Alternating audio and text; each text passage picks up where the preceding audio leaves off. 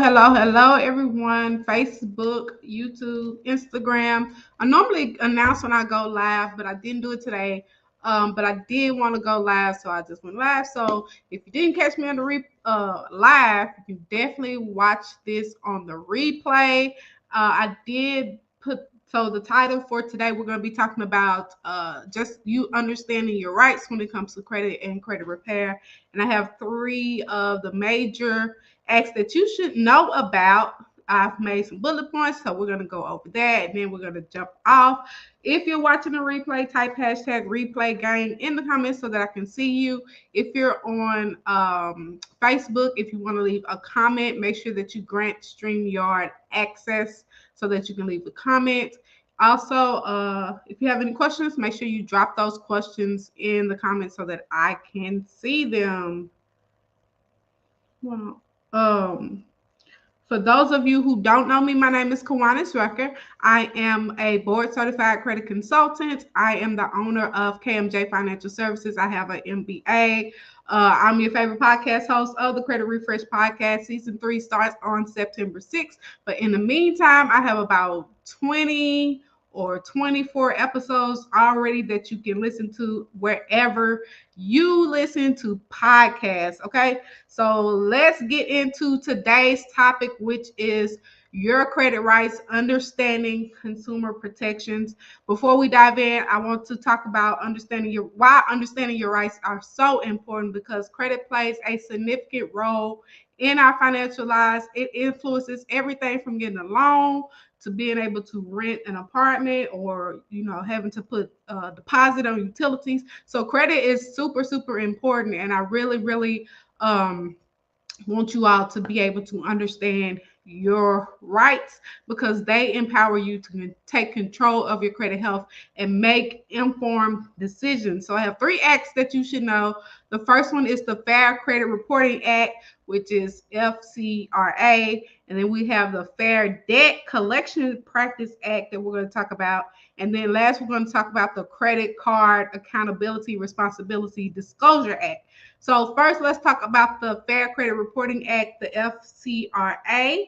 This is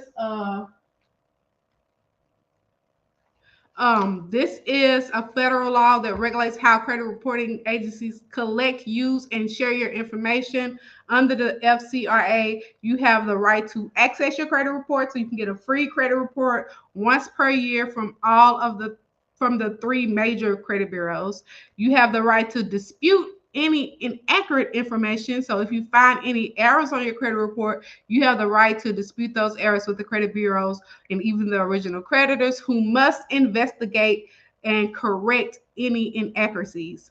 You have the right to receive notices. You must be informed if your credit report has been used against you, such as a denial for credit or employment. If you've been denied credit, you have the right to a free credit report from the credit bureaus as well, from the credit bureau that actually provided the report. So if you were denied credit for a credit card and they based that denial from TransUnion's credit report, then you have the right to get a free credit report from TransUnion. Okay. Limit access. Your credit information cannot be accessed without your permission, except for certain circumstances. So you have to give your permission for someone to access your credit report. So if you apply for a credit card, that's giving your permission. If you apply for employment, most times they're going to tell you they're going to do a background check, which will include a credit report. Some employers will do that, some won't.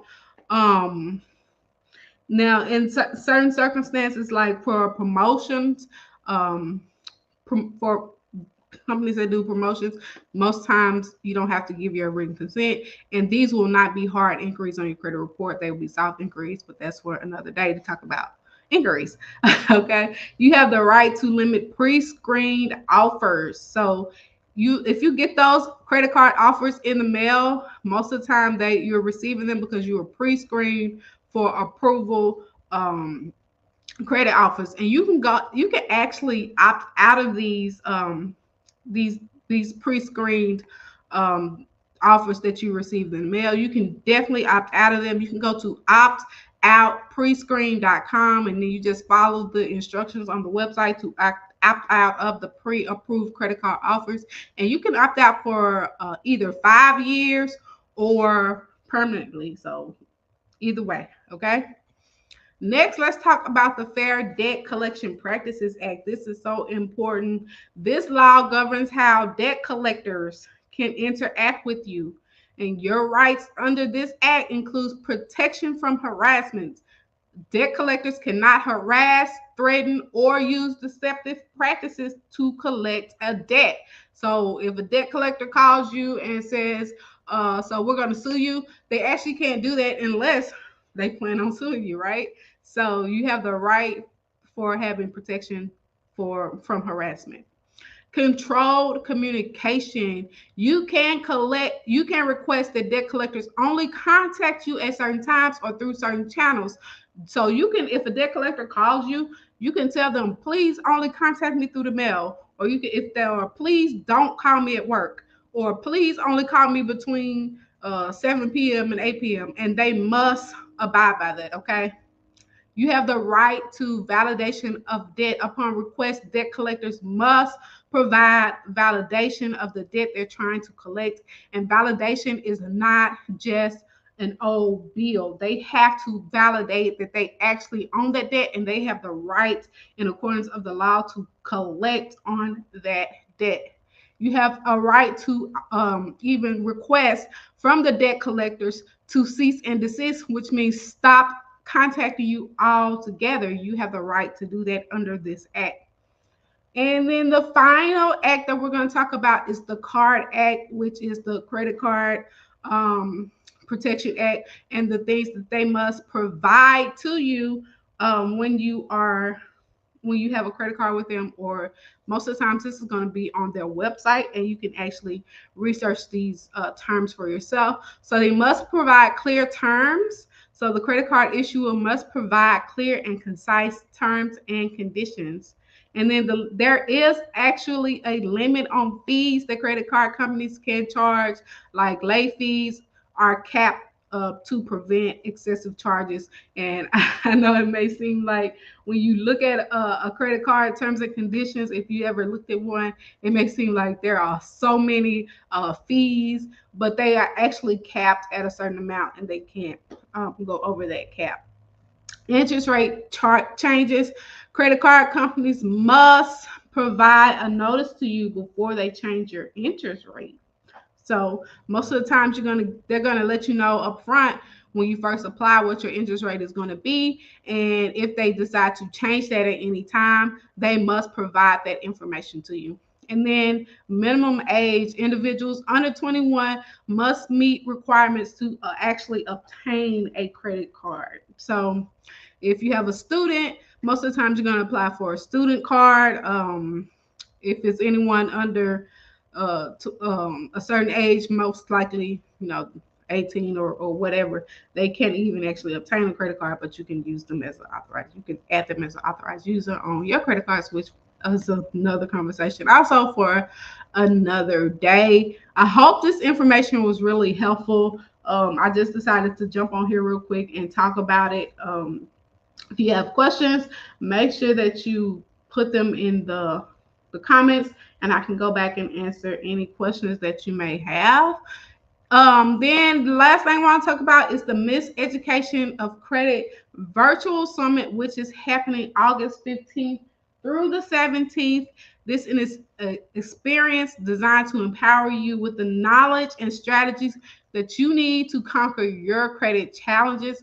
Over the course of the 3 power-packed days, I'm bringing you insights and credit tips and actionable steps that will propel you towards financial freedom. We'll be covering everything from credit repair essentials to smart credit moves for different stages of life. And trust me, you don't want to miss the engaging Q&A sessions that we are going to have.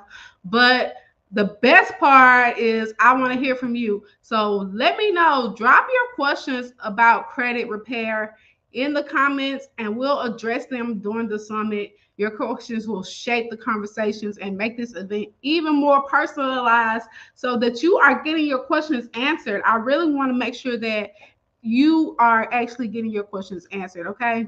Now, for those of you who want to take your credit journey to the next level, there's also something there for you all. Our VIP access offers all session recordings, the bonus material, which is great. It's like 12 or 14, I think it's like 14 different materials that you're going to get if you're a VIP, that's going to help you along your credit journey.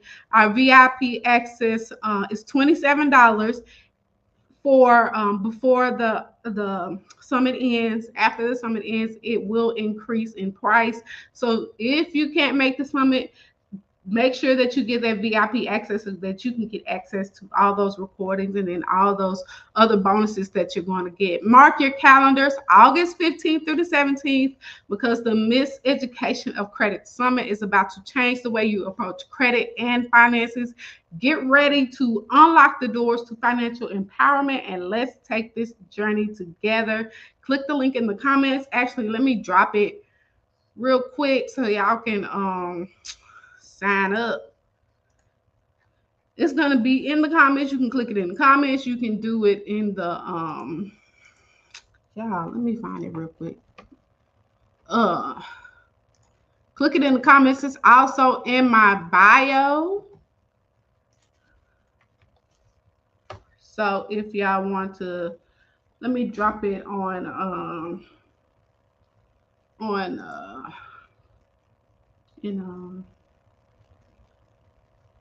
Instagram real quick.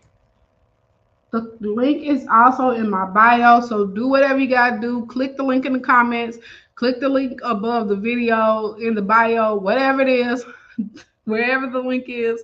Make sure that you do whatever it is that you have to do to secure your spot at the summit. I can't wait to see you there, ready to rewrite your credit story and embrace the financial possibilities that await you. Thank you all for joining me in this live today, this quick live that was impromptu. So thank you all for joining me. If you're watching the replay, thank you for watching the replay. Until next time, y'all stay safe.